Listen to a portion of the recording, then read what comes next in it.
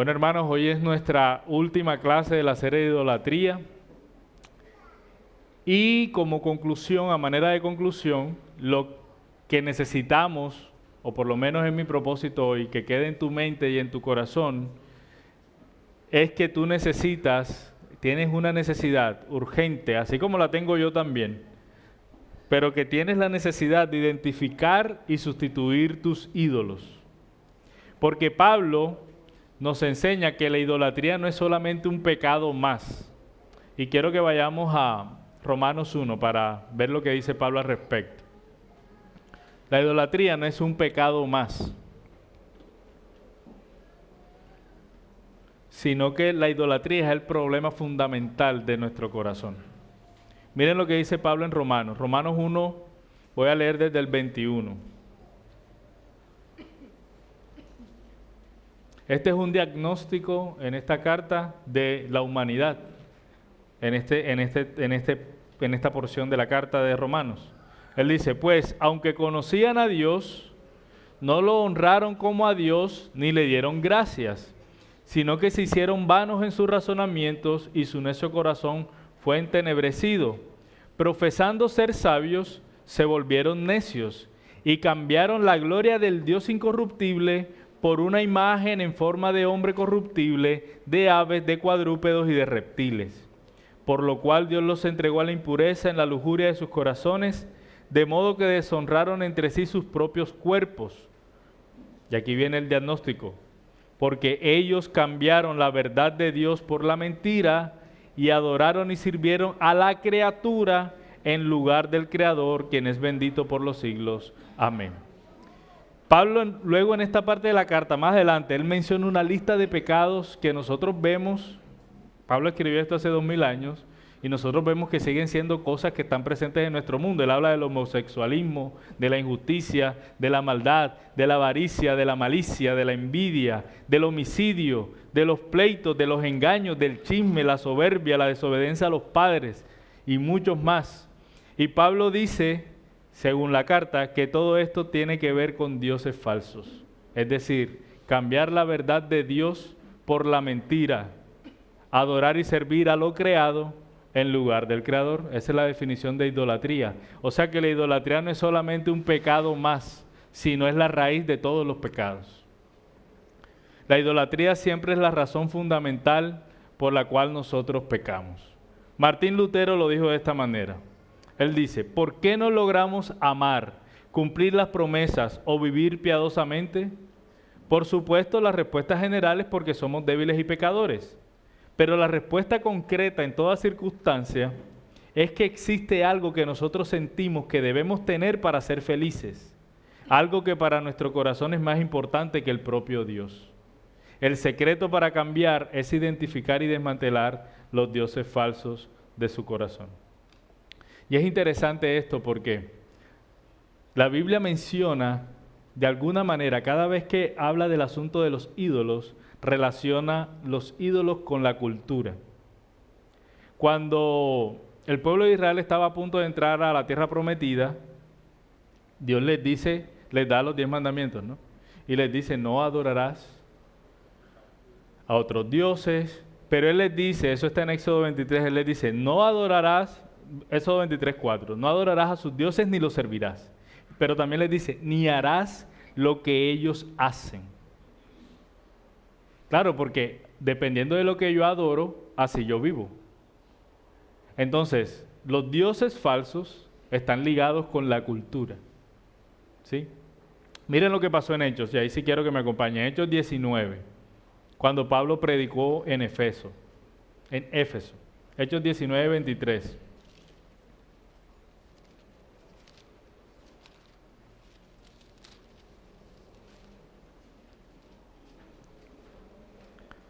Hechos 19, 23. Dice, por aquel tiempo se produjo un alboroto no pequeño por motivo del camino. ¿Quiénes eran el camino? Los cristianos. Así le llamaban, ¿no? Por motivo del camino. Porque cierto platero que se llamaba Demetrio, que labraba templecillos de plata de Diana y producía no pocas ganancias a los artífices, reunió a estos junto con los obreros de oficios semejantes y dijo, compañeros, ustedes saben que nuestra prosperidad depende de este comercio. Pueden ver y oír que no solo en Éfeso, sino en casi toda Asia, este Pablo ha persuadido a una gran cantidad de gente y la ha apartado, diciendo que los dioses hechos con las manos no son dioses verdaderos. Pablo estaba predicando el Evangelio. Estaba diciendo, mira, este es el Dios verdadero. Por lo tanto, todo aquello que ellos estaban adorando eran dioses falsos. Pero esto le estaba dañando el negocio a Demetrio. Porque ellos, ¿qué vendían? Templecillos de Diana, ¿no? Artículos asociados a Diana. Entonces él les dice, hace una asamblea de artesanos y él les dice, hey, Pablo tal cosa, nos está dañando el negocio, había un alboroto, esto estaba cambiando, un sector económico de Éfeso estaba siendo afectado porque este negocio se estaba basando en la adoración a dioses falsos. Así que Demetrio sigue diciendo, y no solo corremos el peligro de que nuestro oficio caiga en descrédito, sino también que el templo de la gran diosa Diana se considere sin valor y que ella, a quien adora toda Asia y el mundo entero, sea despojada de su grandeza. Entonces la predicación del Evangelio, la predicación del Dios verdadero hará visibles a los dioses falsos. Y esto debe llevar a que alguien que ha creído verdaderamente en ese Dios verdadero abandone los dioses falsos. De tal manera que va a tender, o lo que va a pasar en la vida de una persona que ha creído en el Dios verdadero es que va a vivir en contra de la cultura. Por eso es que nosotros, una vez hablando de este tema, estábamos en un lugar donde como a 2 cuadras, cruzando la calle, había un estadero. Y yo le decía a algunos hermanos, si nosotros, la evidencia de que nosotros estamos evangelizando es que ese estadero quiebre, porque de alguna manera, si esto hace parte de lo que nos rodea y nosotros logramos llegar con el evangelio a las personas de alrededor, algo tiene que pasar en el barrio. No puede seguir la gente viviendo de la misma manera. Y ese podría ser una evidencia de que estas personas están creyendo verdaderamente en el Señor. Que el Señor del estadero quiebre, no porque deseemos su infelicidad, sino porque es un lugar que refleja el pecado de los hombres, ¿no? Ahí va la gente, o por lo menos en este lugar, a adorar a dioses falsos. La predicación de Pablo en Éfeso provocó una perturbación tan grande de la manera en cómo la gente gastaba su dinero, específicamente la gente que había creído, los nuevos convertidos, que alteró la economía local, tanto que Demetrio dijo, está en riesgo nuestro oficio. ¿Por qué? Por la predicación del Dios verdadero. Entonces no es posible decir que vivimos adorando al Dios verdadero y al mismo tiempo estamos viviendo como vive nuestra cultura. De alguna manera nosotros estamos, al adorar al Señor, enfrentando a la cultura, denunciando la cultura, rechazando la cultura, viviendo en contracultura. Le invitamos a la conferencia, por cierto, desde ya.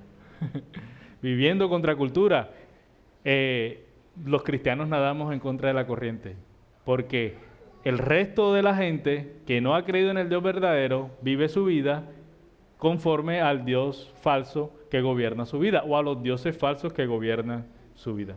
Así que la pregunta que nosotros tenemos que hacernos en cuanto a la idolatría no es, ¿será que yo tengo un ídolo?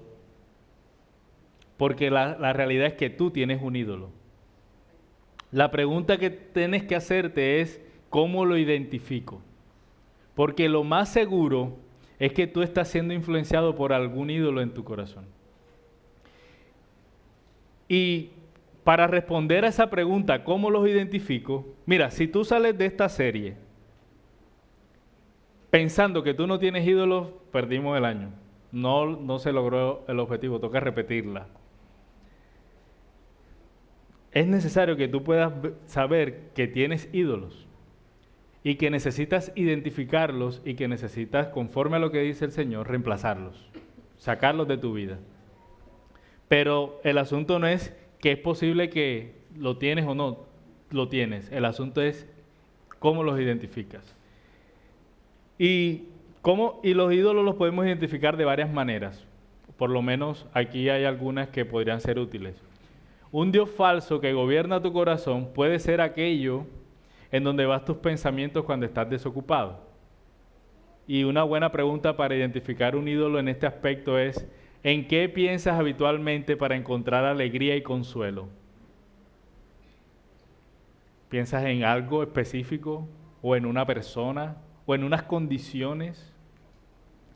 Si hay algo que ocupe tus pensamientos y te trae descanso y alegría en los momentos donde no estás haciendo nada, probablemente ese es un ídolo para ti. Otra manera de identificar el verdadero amor de tu corazón es cómo gastas tu dinero. Porque donde está tu tesoro, ahí está tu corazón, dijo el Señor. Tu dinero lo gastas más fácilmente en aquello que más amas. Hay cosas que a ti no te producen ningún interés, y si alguien te dice, oye, vamos a comprar eso, vamos a comprar eso. Yo voy a meterle plata a eso. Pero en aquello que más amas, mira, no le pones límite. Eso, cualquier valor, así sea significativo, para ti es justificable. Porque amas aquello y entonces no te cuesta gastar dinero. Así que algo que indica que tienes un ídolo está muy relacionado a la manera en que tú gastas tu dinero. Si tú normalmente gastas demasiado dinero en algo, de tal forma que incluso como creyente tienes que luchar para tener dominio propio en eso y no gastar tanto, ese es un ídolo. Ese es un ídolo para ti. Otra manera de identificar los ídolos es evaluando qué es eso que se ha vuelto tu salvador real en el día a día. Porque nosotros, si somos cristianos, ¿verdad? Nosotros decimos, Jesús es mi salvador. Y venimos a la iglesia y profesamos a un salvador. Pero puede ser que en la práctica, en tu día a día, tú tengas otro salvador. ¿Cómo identificamos quién se ha vuelto nuestro salvador en la realidad? Hazte preguntas como esta: ¿para qué vives? ¿Para qué estás viviendo? ¿Cuál es la razón por la cual tú sales a trabajar? ¿Cuál es la razón por la cual tú te comportas de una manera o de otra en el barrio? ¿Cuál es la razón por la cual tú envías a tus hijos donde están estudiando? ¿Cuál es la razón por la cual tú haces las cosas como las haces o no haces algunas cosas? ¿Cuál es la razón? ¿Qué es lo que determina tus motivaciones? Si no es Dios, es un Dios falso. Una buena forma de identificar esto es evaluarte cómo actúas cuando tus oraciones no son respondidas o cuando tus ilusiones se frustran. Porque si tú pides algo, estás orando por algo al Señor y quizás el Señor no te conceda lo que tú deseas, es probable que te entristezca y de alguna forma te sientas decepcionado, pero bueno, sigue con tu vida. Si eso es así, probablemente eso no sea un ídolo. Pero si estás trabajando por algo y estás orando por algo y no recibes, y tu respuesta es ira o desespero o una profunda desesperación y decepción, entonces ese es un ídolo para ti. Y hay una prueba final para identificar los ídolos que nos puede ayudar a todos. Y es que observemos nuestras emociones más incontrolables. Busca tus ídolos en el fondo de tus emociones más dolorosas o más profundas que tú sientes que no puedes controlar. Sobre todo aquellas que parece que nunca mejoran, que siempre caes en el mismo asunto y nunca mejora. Y que te impulsan de hecho a hacer algo que está mal. ¿Sí? Si estás enojado o desesperado o temeroso o con sentimiento de culpa constantemente por algo, pregunta, ¿qué es eso que es tan importante para mí que debo tener a toda costa y que si no lo tengo, entonces me enojo, me desespero, me siento que no sirvo para nada, deprimido, con temor o culpable de una culpabilidad que no es sana? ¿Por qué tengo tanto miedo de perder algo en mi vida como si eso fuera lo más indispensable? ¿Por qué estoy tan decepcionado porque he perdido algo o he fracasado en algo que seguramente estoy considerando como lo más indispensable? Si estás trabajando en muchas cosas, pregúntate, ¿tengo que hacer esto para sentirme pleno o importante? Estas preguntas te pueden ayudar a encontrar tus ídolos. Mira lo que dice Pablo a los Colosenses. Colosenses 3, vamos ahí. Colosenses 3, 1.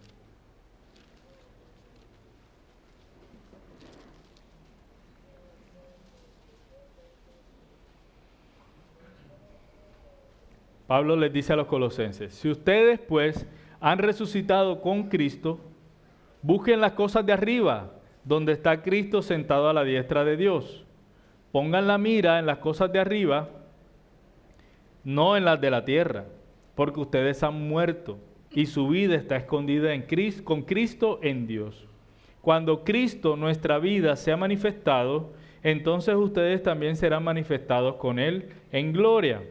Por tanto, consideren los miembros de su cuerpo terrenal como muertos a la fornicación, la impureza, las pasiones, los malos deseos y la avaricia, que es idolatría.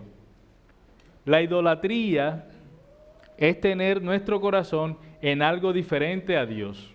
Esa es la idolatría. Y eso no se puede arreglar solamente arrepintiéndonos porque tenemos un ídolo o usando nuestra fuerza de voluntad y nuestra disciplina para vivir de una manera diferente. Realmente necesitamos arrepentirnos por nuestra idolatría y necesitamos ser diligentes con nuestra santidad y buscar la santidad. Pero no es solo eso. Nosotros necesitamos algo que nos impulse a eso. Y es lo que dice Pablo: pongan la mira en las cosas de arriba, no en las de la tierra. Y él dice: porque ustedes han muerto y su vida está escondida con Cristo en Dios. Entonces, Pablo lo que está diciendo, mira, la forma que, él después les dice, consideren como muertos a la fornicación, la avaricia, las impurezas, pero ¿cómo puedo hacer eso? Buscando las cosas de arriba. Mi vida está escondida allá arriba. Mi vida es de arriba.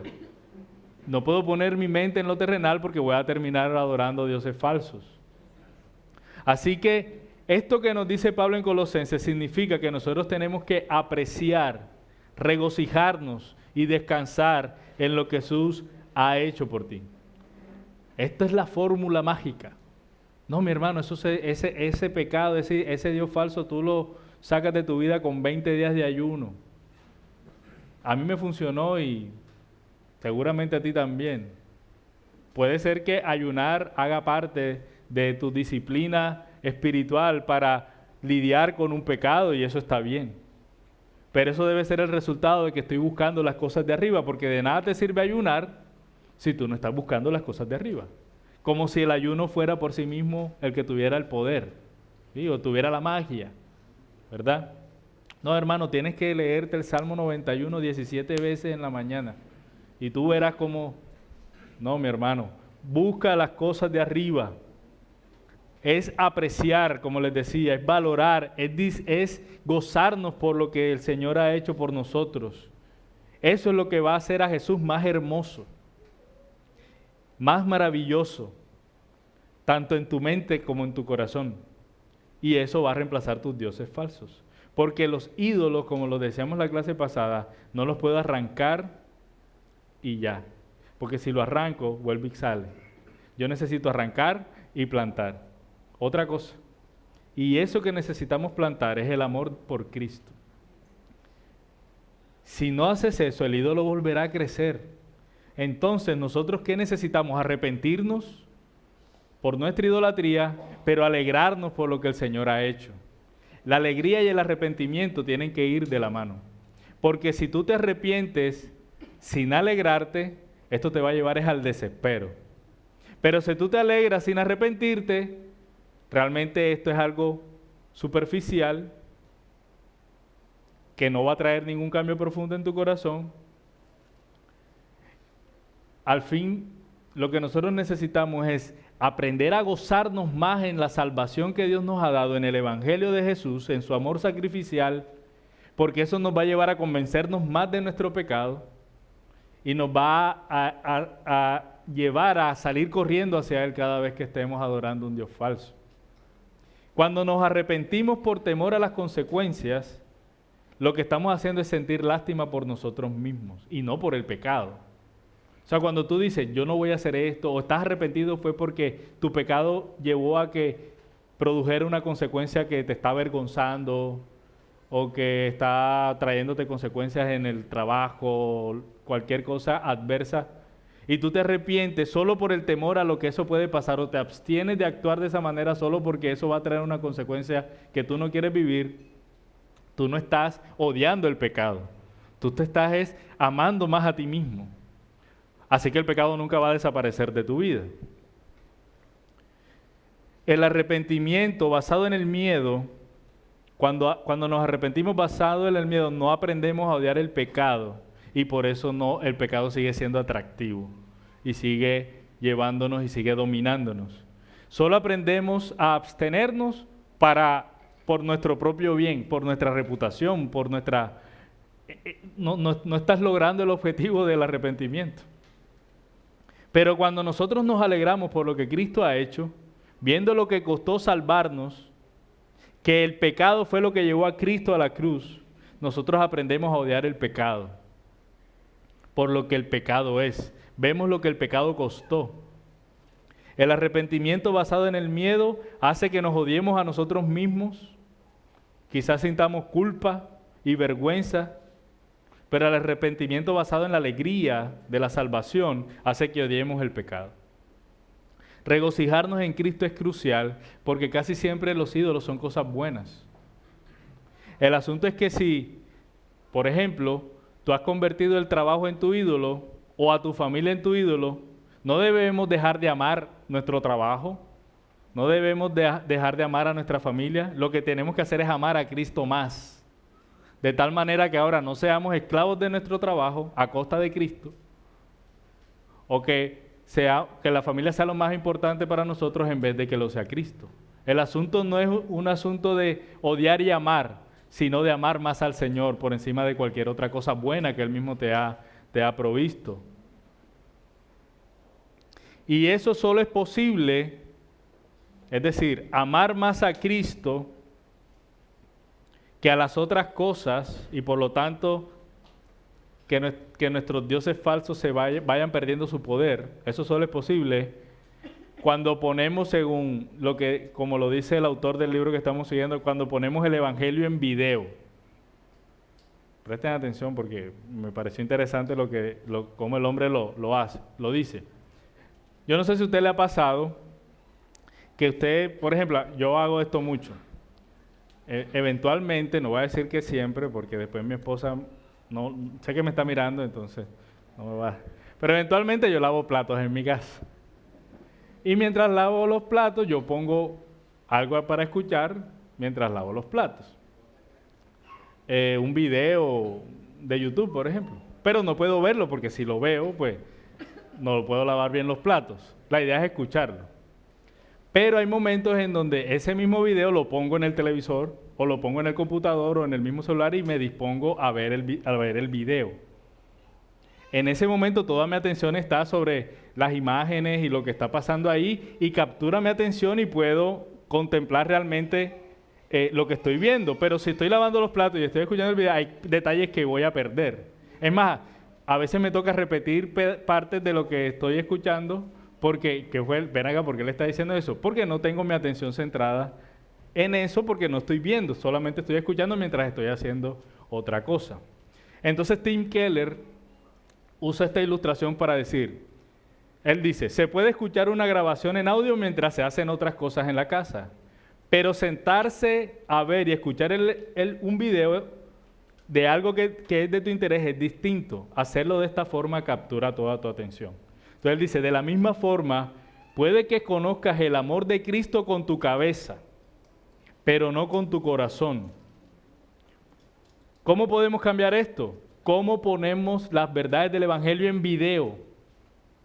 Porque pareciera muchas veces que las verdades de la Escritura no las estamos viendo en video, sino que las estamos escuchando mientras estamos haciendo otra cosa. Entonces las verdades del Evangelio no están capturando tu atención. Y como no están capturando toda tu atención, no están modelando la manera en que tú vives. Entonces lo que dice el autor, o la ilustración que él hace es, ponte a ver el video del Evangelio. Pon el Evangelio en video, no simplemente que sea algo accesorio mientras tú estás viviendo tu vida, no. Que el Evangelio capture toda tu atención para que eso determine cómo vives tu vida. Y él dice, ¿cómo hacemos eso? Aquí es donde entran las disciplinas espirituales. Aquí es donde entra la oración, esto que estamos haciendo juntos los domingos, meditar en la palabra del Señor, es lo que va a bajar tú con la palabra que escuchas al corazón. Se van a volver realidades poderosas en tu vida, no simplemente información que estás escuchando. Las disciplinas espirituales no podemos considerar, no, pues entonces ahora yo voy a ser un legalista. No, las disciplinas espirituales son adoración al Señor. Cuando tú te dedicas, sacas un tiempo todos los días para orar, para meditar en la palabra, cuando vienes aquí, tú estás adorando. Y si tú adoras a Dios de una manera consistente, los dioses falsos van a perder su poder sobre ti. Vas a cambiar la adoración de los ídolos a la adoración del Dios verdadero. Pero tú no puedes sobrevivir en este mundo cuya cultura tiene ídolos que te influyen todo el tiempo, simplemente viniendo a reunirte los domingos y estando aquí pensando en cualquier otra cosa. Eso es pretender atacar un dragón con un corta uña. Nunca lo vas a lograr. Pero si tú estás constantemente viviendo tu vida de fe, buscando adorar al Señor en privado, en público, meditando en su palabra, determinado a buscar al Señor en cada momento de tu día, ya has empezado bien. Los ídolos que pretenden gobernar tu corazón van a perder su capacidad, porque tu corazón ahora está adorando al Dios verdadero. Hermanos, y este proceso nos va a tomar toda la vida. No te engañes pensando, no, ya yo voy a una iglesia de sana doctrina, ya yo voy al Señor porque Dios es digno, no por lo que Él me da. Sigue creyendo. Siempre van a haber ídolos intentando gobernar tu corazón, porque nosotros vivimos en un mundo gobernado por los ídolos. Alrededor de nosotros hay muchos ídolos, muchos dioses que tratan de buscar tu adoración. El dinero, lo hemos dicho, el dinero, el éxito, la comodidad, la reputación. Y entonces no es suficiente que tú ahora hayas entendido quizás las doctrinas de la gracia, ¿verdad? Que es solo por fe, que no son por tus obras. Has empezado bien, si el Señor te ha dado más luz ahora. Pero no te confíes en que saber más te ha ahora llevado a llegar ya al final. Ya yo no necesito aprender más, yo no necesito orar tanto ya no necesito leer tanto ya, porque ¿qué más voy a aprender? Los cristianos maduros no son personas que han llegado al final del conocimiento de Dios.